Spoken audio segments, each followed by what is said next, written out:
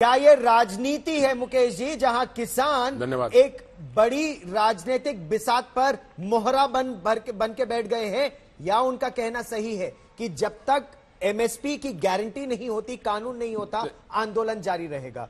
क्योंकि चौधरी साहब ने बिल्कुल सही कहा, समिति बनी है, केवल 23 फसलों पर तो बनेगी नहीं, जब पूरे 265 मुद्दों पर बनेगी तो उसमें तो समय लगेगा। गौरव जी, आपका धन्यवाद करता हूं कि आपने गंभीर विषय पर चर्चा हुई और मैं समझता हूं गंभीर ही चर्चा रहनी चाहिए।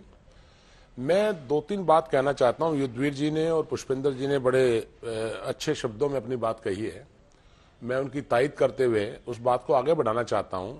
मुझे और देश को ये जानने का अधिकार है, जफर इस्लाम भाई बैठे हैं, मैं उनसे भी जानना चाहूंगा कि आखिर यदि ये तीनों काले कृषि कानून नहीं थे और ये भारत सरकार का मास्टर स्ट्रोक था किसानों के हित में, उनकी आय को दुगनी करने के लिए, तो फिर अब एक साल जो पूरा सरकार को लग गया, जब 700 से ज्यादा किसान शहीद हो गए हों, उसके बाद जब उत्तर प्रदेश में और बाकी राज्यों में चुनाव है, जब बाई इलेक्शन में भारतीय जनता पार्टी को लोगों ने बाहर का रास्ता दिखा दिया, उससे हिलकर जिसको आप मास्टर स्ट्रोक बता रहे थे, आज आपको एक साल के बाद याद आया है कि वो काले कृषि कानून थे।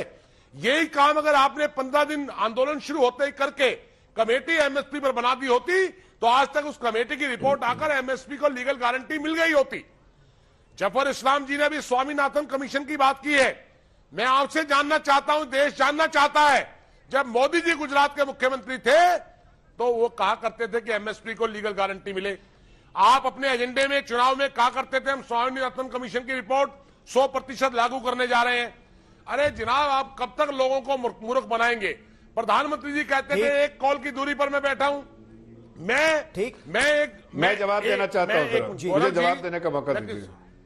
जी, मैं किसी के बीच में नहीं बोला, मैं एक 30 सेकंड बस एक बार मुकेश जी अपनी बात पूरी कर लें, फिर आप बताइएगा सैयद जफर इस्लाम जी। जी मुकेश जी, पूरी कीजिए अपनी बात। 30 सेकंड।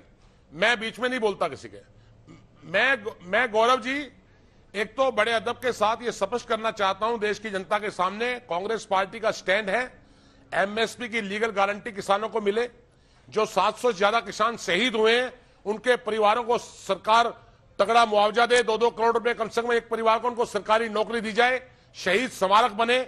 और जो भारतीय किसान, उनकी जो मांगे हैं, ये जो टैनी साहब हैं, ये जो गृह राज्य मंत्री, जिनके बेटे ने किसानों को रोंदा है, इस देश के दुनिया के इतिहास में नहीं हुआ कि आंदोलनकारी किसान, वो किसान जो गांधी जी के बताए हुए रास्ते पर पूरी दुनिया का पहला आंदोलन है, जो एक साल जिस आंदोलन को हो गया, ऐसा अहिंसक आंदोलन आज तक। तो ये उत्तर प्रदेश चुनाव तक चलेगा, ये उत्तर प्रदेश चुनाव तक चलेगा ये आंदोलन? क्या ये से मतलब इसका ये निकाला जाए? चलिए, मैं किसान नेताओं से भी इसका उत्तर लूंगा, लेकिन सैयद जफर इस्लाम, सैयद जफर इस्लाम उत्तर दीजिए। 5 सेकंड में खत्म कर रहा हूं। एक बार सैयद जफर इस्लाम उत्तर दे दे, मैं आपके पास फिर लौटूंगा मुकेश जी। 5 सेकंड मैं फिर लौटूंगा। सैयद जफर इस्लाम, क्यों नहीं सरकार किसानों से बात करके इस समिति के बारे में उनको बताती कि आगे का रास्ता कैसे निकलेगा?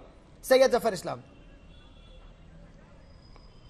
देखिए अभी ये कह रहे थे मुकेश भाई, कांग्रेस के प्रवक्ता हैं, कांग्रेस का ही इतिहास नहीं जानते कि कांग्रेस के सरकारों में ने क्या किया है, किस तरह से किसान भाई बहनों के साथ दगाबाजी की है। जरा मैं आज वो कह रहे हैं, अपना गला चीर के, मतलब इतना फाड़ के कह रहे हैं, ऐसे चिल्ला के कह रहे हैं कि एमएसपी का। एक मिनट, अभी देखिए बीच में नहीं बोला, बोलने दीजिए मुझे, मैंने कोई टीका टिप्पणी नहीं की कि आप एमएसपी कानून लाइए। अरे शर्म से डूब जाना चाहिए। स्वामीनाथन कमीशन और उससे पहले फाइनेंस कमीशन, उससे पहले जो फार्मर्स के लिए कमीशन जो बनी, जो आपके मुख्यमंत्रियों की कमीशन बनी, कमेटी बनी, उन सब ने क्या रिपोर्ट दिया था 2006 और 2007 में? उसको ठंडे बस्ते में आपने डाला। उसको ठंडे बस्ते में डालने का हम नहीं काम करने वाले हैं। हमने किसान भाई बहनों के लिए काम किया है। अरे सुन लीजिए, हमने कोई नहीं, हमने कहा कि कांग्रेस पार्टी को तो कोई कांग्रेस बीच में अभी कह रहे थे, मैं बीच में नहीं बोलता। अरे कभी ऐसी बातें मत कहिए जिससे आप खुद सैयद जफर इस्लाम अपना पक्ष रख ले। एक एक करके, गंभीर मुद्दा है, सभी बात कर रहे हैं, आपने अपना पक्ष रखा मुकेश जी। अभी तो कह रहे थे बीच में नहीं बोलता आपका।